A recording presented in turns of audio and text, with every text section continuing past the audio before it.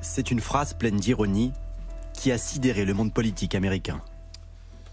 Il y aura une transition en douceur vers une seconde administration Trump. Le chef de la diplomatie américaine ne reconnaît donc pas la victoire de Joe Biden et s'aligne sur la position de Donald Trump. Mais que prépare le président américain?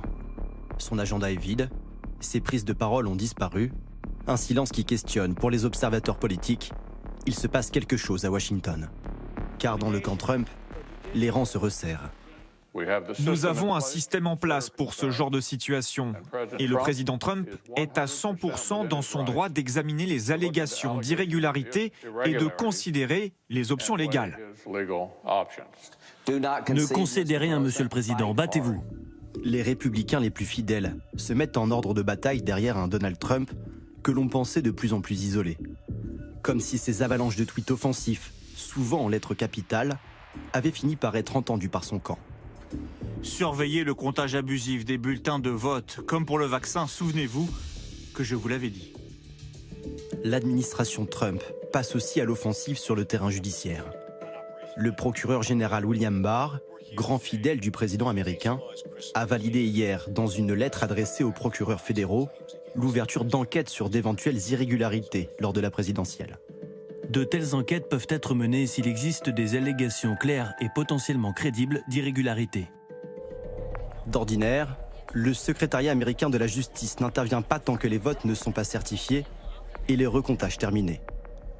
En protestation, le responsable du service en charge des crimes électoraux a démissionné. L'équipe de campagne de Donald Trump a multiplié les recours dans la foulée de l'élection. Dans leur viseur, les États de l'Arizona, le Nevada, la Géorgie, le Michigan et surtout la Pennsylvanie, où seulement 50 000 voix séparent les deux candidats. À la manœuvre, l'avocat Rudy Giuliani, l'homme de confiance du président. Nous avons été privés du droit de contrôler si un seul de ces bulletins était légitime. C'est du jamais vu, c'est illégal, c'est anticonstitutionnel. Seuls les plus fidèles sont maintenus dans l'entourage de Donald Trump. Ceux qui ont osé lui tenir tête sont exclus, comme le secrétaire à la défense écarté hier du gouvernement. Il nomme à sa place Christopher Miller, le patron de la lutte contre le terrorisme. Chris fera un bon travail. Mark Esper a été limogé. Je voudrais le remercier pour ses services. Alors que Donald Trump s'accroche à la Maison-Blanche, le monde entier reconnaît la victoire de Joe Biden. Emmanuel Macron l'a félicité hier au téléphone, et même au sein des Républicains, de grandes figures comme George W. Bush reconnaissent la victoire du président élu.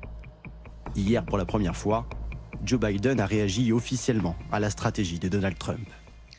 Je pense seulement que c'est embarrassant. Très franchement, la seule chose, c'est que... Comment dire ça avec tact? Je pense que cela n'aidera pas l'héritage du président. Le clan Trump a annoncé vouloir organiser des meetings dans les prochains jours. Sur les réseaux sociaux, les soutiens du président appellent à manifester, notamment à Washington ce week-end.